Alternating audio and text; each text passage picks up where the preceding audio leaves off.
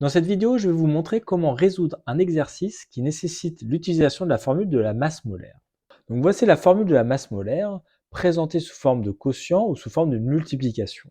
Les symboles dans ces formules signifient grand M de EC, c'est la masse molaire de l'espèce chimique pure, petit m de EC, c'est la masse de l'espèce chimique pure, et petit n de EC, c'est la quantité de matière de l'espèce chimique pure. Commençons par le premier exercice qui consiste à calculer une masse molaire. Pour y arriver, il ne faut pas utiliser la formule que l'on a vue précédemment. Il faut utiliser le tableau périodique, le tableau de Mendeleïev. Dans ce tableau, il y a répertorié tous les éléments, tous les atomes qui existent dans l'univers, et pour chacun d'eux est associé quelques informations comme leur numéro atomique, correspond à leur nombre de protons, leur nom, leur symbole, et bien sûr leur masse molaire.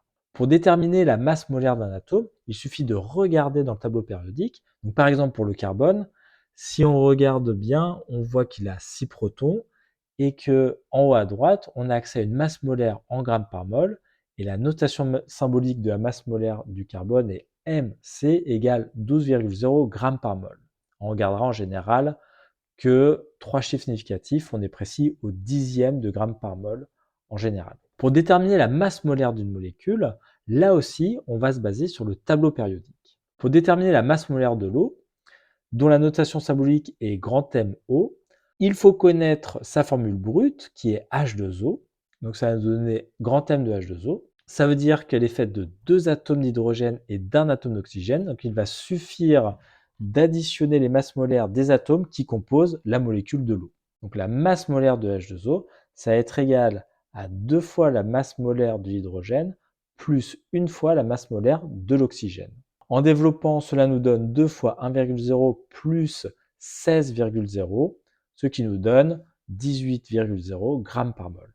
Passons à un autre exercice où là, on va essayer de calculer une quantité de matière. Et plus précisément, la quantité de matière d'eau contenue dans un verre d'eau.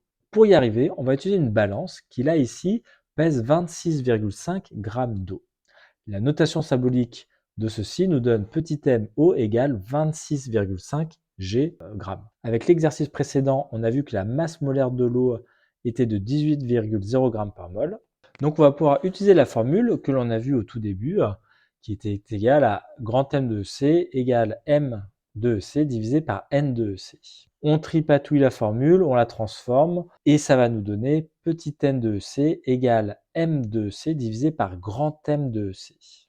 On personnalise la formule parce que l'espèce chimique ici est l'eau, donc ça va donner N de H2O égale M de H2O divisé par grand M de H2O, ce qui donne en remplaçant 26,5 grammes divisé par 18,0 grammes par mol.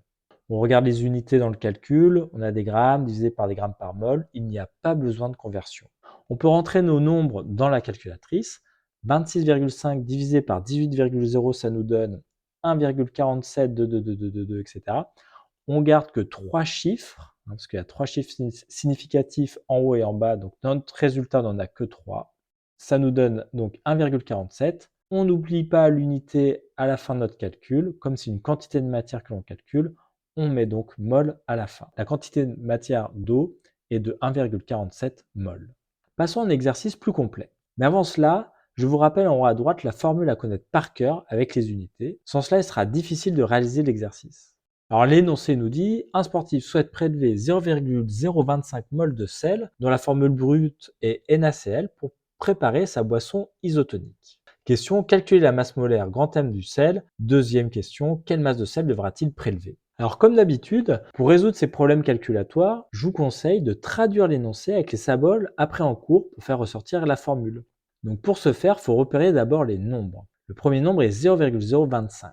On voit qu'il est associé avec l'unité mol, donc ça veut dire que ce 0,025 correspond à une quantité de matière. Donc l'écriture symbolique de ce nombre-là, de cette grandeur, va être N de quoi? De sel égale 0,025 mol. Notre première question nous demande de calculer la masse molaire grand M du sel. Donc en notation symbolique, ça va nous donner grand M sel égale, on ne sait pas.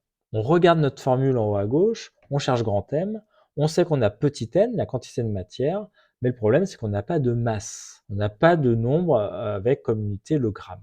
Donc là, pour cette première question, on ne peut pas utiliser cette formule. Comme je l'ai dit précédemment au tout début de la vidéo, on va utiliser donc le tableau de Mendeleïev, le tableau périodique, pour déterminer la masse molaire du sel. Donc la masse molaire du sel, mCl, c'est égal à la masse molaire de NaCl, sa formule brute, sa formule chimique. Donc la molécule de sel est formée d'un atome de sodium et d'un atome de chlore, ce qui fait que la masse molaire est égale à 1 fois la masse molaire du sodium plus 1 fois la masse molaire du chlore, ce qui donne 1 fois 23,0 plus 1 fois 35,5 égale 58,5 grammes par mol. Donc la masse molaire du sel est de 58,5 grammes par mol. On arrive maintenant à la deuxième question qui nous demande quelle masse de sel devra-t-il prélever. Donc là, on traduit l'énoncé avec les symboles. Ça nous donne masse de sel, m petit m sel, point d'interrogation, on ne sait pas. Donc là, on regarde notre formule en haut à droite, on cherche petit m. Est-ce qu'on a la masse molaire de sel, grand M sel? Bah oui, on l'a calculé dans la question 1. Est-ce qu'on a petit n sel, la quantité de matière de sel? Oui, il est donné dans l'énoncé. Donc là, pour cette question, on va pouvoir utiliser notre formule. Donc on se retrouve avec notre masse molaire de sel est égale à la masse de sel divisée par la quantité de matière de sel. On transforme la formule parce que nous, ce qu'on cherche, c'est m sel, petit m sel.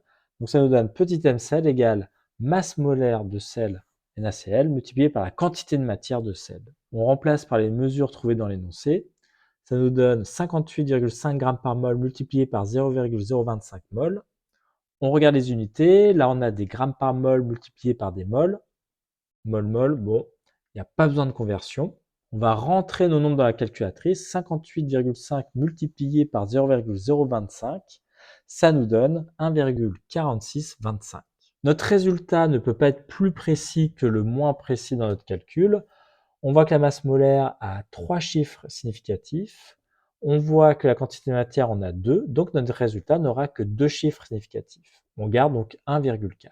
Mais avec l'arrondi, ça va nous donner 1,5. Comme on calcule une masse, on fait bien attention à l'unité. Et la masse, vous savez que c'est en grammes, kilogrammes, milligrammes. Mais vu les unités là dans le calcul, là on a des grammes par mol, notre masse sera exprimée en grammes. Donc la masse de sel à prélever pour préparer la boisson isotonique sera de 1,5 g.